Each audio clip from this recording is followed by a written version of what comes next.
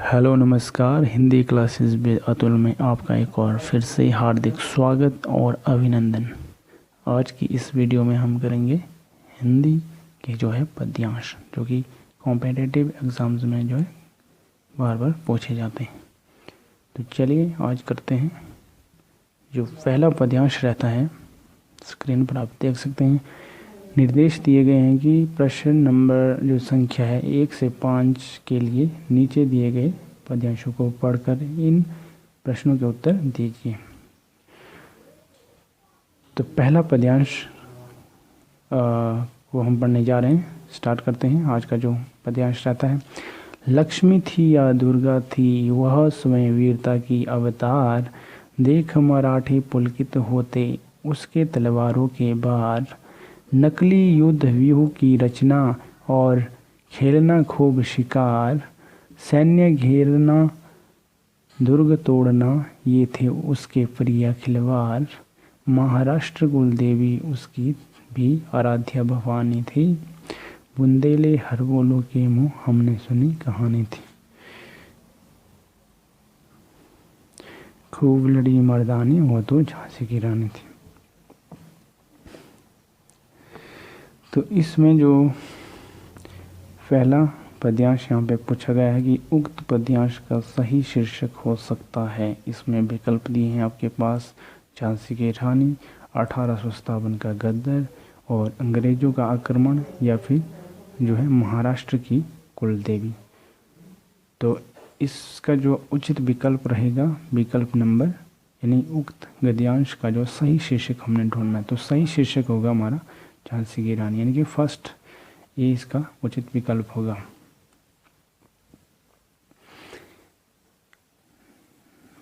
Next है हमारा, इस कविता की कवित्री का नाम क्या है। जो झांसी की रानी लक्ष्मी में जो लिखा गया है, यानी कि जो एक कविता है उस पर आधारित जो यहाँ इसमें जो कवित्री का नाम बताना है आपको। महादेवी वर्मा, सुभद्रा कुमारी चौहान, तारा पांडे या फिर मीराबाई। तो उचित विकल्प रहता है सुभद्रा कुमारी चौहान। नेक्स्ट है, इस कविता में प्रयोग किया गया रस है, यानी कि झांसी की रानी जो कविता है इसमें जो है कौन सा रस प्रयुक्त है, यानी कि कौन से रस का, किस रस का प्रयोग किया गया है। भक्ति रस, करुण रस, श्रृंगार रस या फिर वीर रस। तो उचित विकल्प होता है विकल्प नंबर जो है डी, यानी कि बी रस इसमें आएगा। नेक्स्ट है, कवित्री की अधिकांश रचनाएं हैं, यानी कि जो झांसी की रानी कविता में जो कवित्री है उनकी जो अधिकांश रचनाएं किस पर आधारित है। सामाजिक है, वात्सल्यपूर्ण है, देशभक्तिपूर्ण है या फिर धार्मिक है। तो उचित विकल्प रहेगा इसका विकल्प नंबर सी, यानी कि देशभक्तिपूर्ण इसका सही उत्तर होगा। आगे जो नेक्स्ट क्वेश्चन आएगा, क्वेश्चन नंबर 5, जो इस पंक्ति या इस जो कविता से संबंधित पद्यांश से जुड़ा है। तो स्क्रीन पर आप देख सकते हैं। क्वेश्चन है, खूब लड़ी मर्दानी वो तो झांसी की रानी थी, यानी कि इसमें जो मर्दानी का शब्द का अर्थ बताना है, यानी कि मीनिंग इसका क्या होता है। वीरांगना, पुरुषों जैसी, पुरुषत्वान या फिर लड़ाकू। तो मर्दानी का अर्थ होता है वीरांगना, यानी कि ए इसका उचित विकल्प है। नेक्स्ट जो यहाँ पे पंक्ति या फिर बोल सकते हैं पद्यांश जो दिया गया है, इसमें जो है क्या दिया गया है। अगला जो हमारी पंक्ति रहती है या फिर हमारा जो पद्यांश रहता है, नेक्स्ट पद्यांश, इसमें क्या कहा गया। प्रश्न संख्या 6 के लिए, 6 से 10 के लिए जो है नीचे दिए गए पद्यांशों को पढ़कर प्रश्न के उत्तर देने हमने। अस्ताचल रवि जल छल छल छवि, स्तब्ध विश्व कवि जीवन उन्मन, मंद पवन बहती सुधी रह रह, परिमल की कह कथा पुरातन, दूर नदी पर नौका सुंदर, दिखी मृदु तर बहती ज्यों स्वर, वहाँ स्नेह की प्रतनु देह की, विना गेह की बैठी नूतन। नेक्स्ट है, ऊपर शोभित मेघ सत्रसित, नीचे अमित नील जल दोलित, ध्यान नयन मन चिंतन चितन्य प्राण धन, किया शेष रवि ने कर अर्पण। तो इस जो पद्यांश से रिलेटिव जो क्वेश्चन हमने यहाँ जो है ढूंढने हैं, ठीक है। तो इसमें क्या दिया गया है, तो इसमें जो पहला प्रश्न है, इसमें इस कविता का सार्थक शीर्षक आपने जो है ढूंढना है, क्या हो सकता है। दिवस का अवसान, दिवागमन, अस्तांचल, रवि या फिर रवि कर अर्पण। तो उचित विकल्प होता है इसका विकल्प नंबर ए, यानी कि दिवस का अवसान। देखो एक और फिर से नज़र आप मार सकते हैं इस पद्यांश के ऊपर।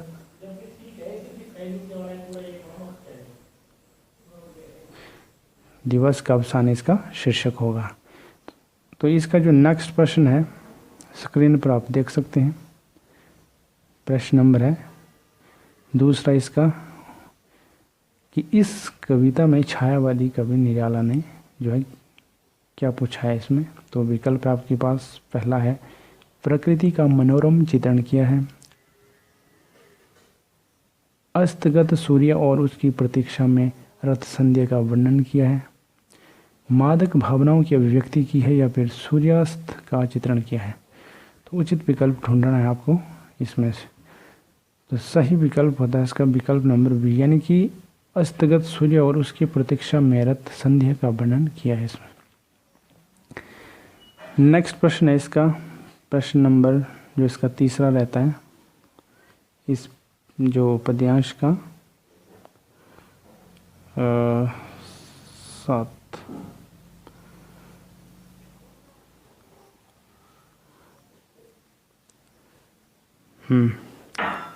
इस पद्यांश में प्रयोग किया गया शब्द प्रतनु का अर्थ जो है रखता है। प्रतनु का अर्थ हमने यहाँ पे ढूंढना है, ठीक है।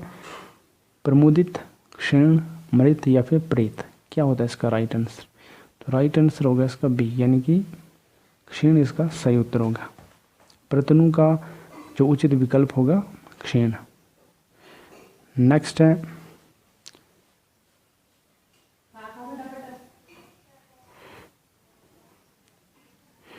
पंडित निराला हिंदी के जो है क्या थे।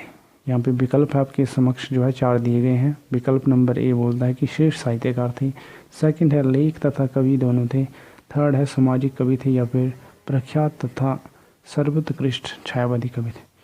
तो इसका जो राइट आंसर होगा विकल्प नंबर डी, यानी कि प्रख्यात तथा सर्वोत्कृष्ट जो है छायावादी कवि थे ये पंडित निराला जी।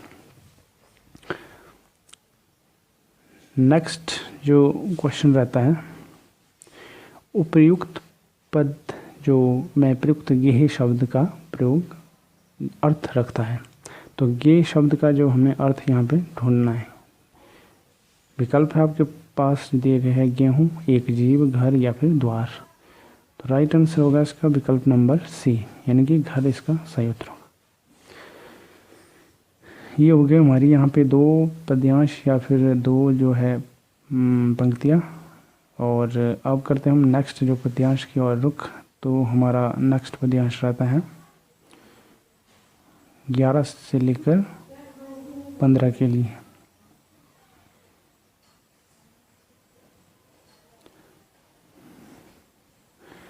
नेक्स्ट पद्यांश हमारा है, स्क्रीन पर आप देख सकते हैं। इससे संबंधित हमने क्वेश्चन नीचे ढूंढ रहे हैं, ठीक है। निर्देश जो है इसमें दिया गया है कि प्रश्न संख्या 11 से 15 के लिए जो है निम्न पद्यांश को पढ़कर इन प्रश्नों के उत्तर देने हमने, ठीक है। आज क्यों तेरी वीणा मौन, शिथिल शिथिल तन थकित हुई कर, स्पंदन भी भुला जाता डर, मधुर कसक सा आज हृदय में, आना समाया कौन, झुकती आती पलके निश्चल, चित्रित निद्रित से तारक चल, सोता पारावार दृगों में भर भर लाया कौन, आज क्यों तेरी वीणा मौन। तो इसमें जो एक बार जो है दिखा देता हूँ आपको स्क्रीन पर। पद्यांश को ध्यान से देखिए, इसमें से अपने प्रश्न जो है प्रश्न को उत्तर देने।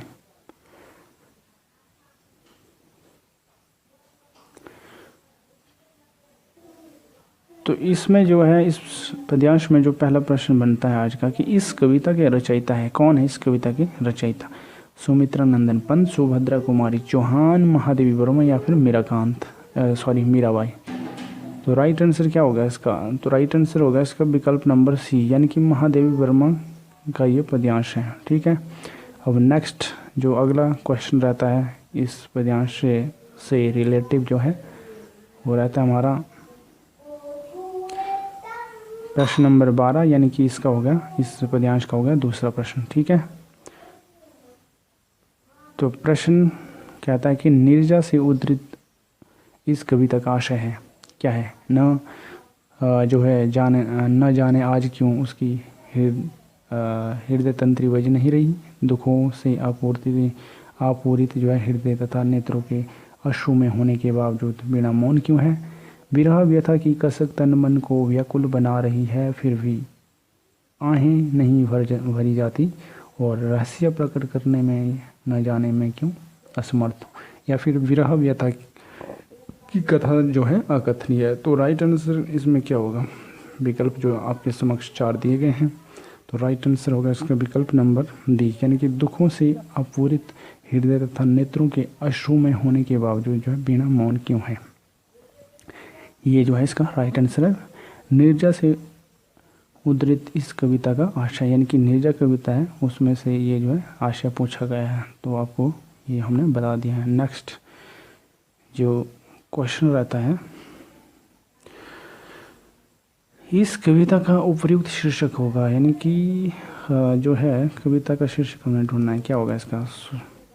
सुधी वन छाया कौन, आज क्यों तेरी वीणा मौन, हृदय में आन समाया कौन, या फिर मौन वीणा का रहस्य। तो राइट आंसर होता है इसका विकल्प नंबर बी, यानी कि आज क्यों तेरी वीणा मौन। ये जो है इस कविता का जो इस पद्यांश जो दिया गया है, इसका जो राइट आंसर है इस कविता का जो है शीर्षक, मेन जो बिंदु। नेक्स्ट है, कवित्री के बारे में यह निर्विवाद सत्य है कि वह, विकल्प है आपके समक्ष, सर्वोत्कृष्ट कवित्री थी, साधना में दूसरी मीरा थी, छायावादी भावों में न होकर अपनी विशिष्ट जो है पहचान रखती थी, या फिर सुप्रसिद्ध छायावादी कवित्री थी। तो राइट आंसर ढूंढना है, तो राइट आंसर होता है हमारा यहाँ पे बी, यानी कि साधना से दूसरी मीरा थी। कौन थी? ये थी जो है महादेवी वर्मा जी। नेक्स्ट प्रश्न है प्रश्न नंबर 15।